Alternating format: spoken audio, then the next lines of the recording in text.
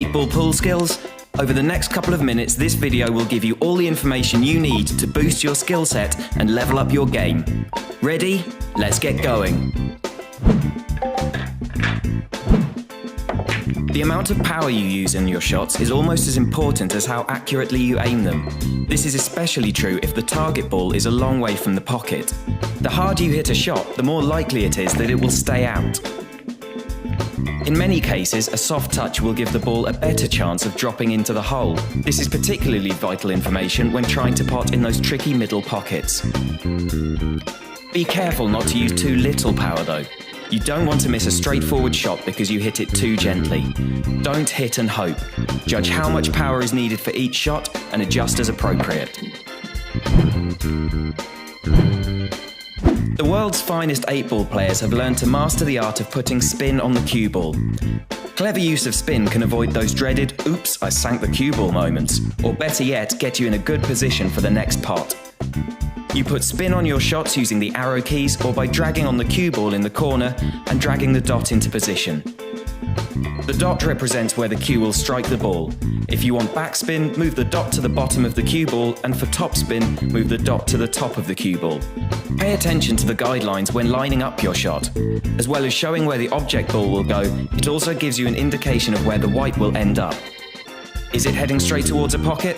Add some backspin to the cue ball and it should stop in its tracks. Need to get a better angle for your next shot? Think about adding side spin to the cue ball and forcing it into an easier position. The harder you hit your shot, the more spin will be added to the cue ball.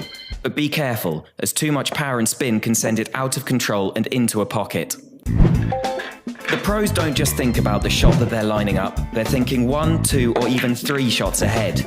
This means that they already know which ball they'd like to pot next, after the one they're about to pot.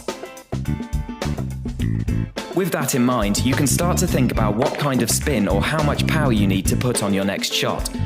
If you need to get all the way down the table to make your next shot easier, try and leave a good angle and use plenty of spin and power to get the white into position.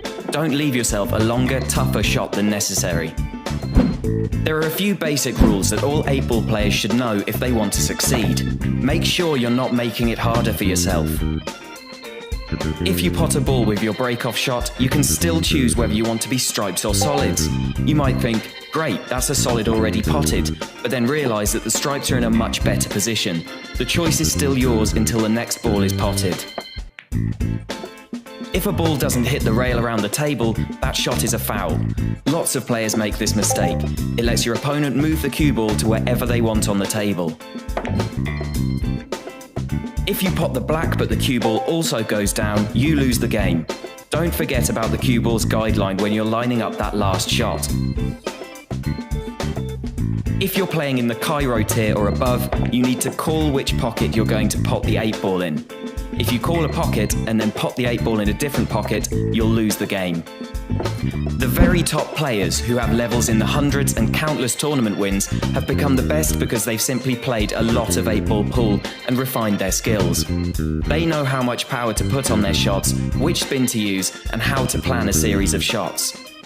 The best way to join them is to keep playing, practicing and learning. Remember, you can practice 8-ball pool offline on your mobile with the quickfire mode. That way you can be prepared before taking on the rest of the world. Good luck!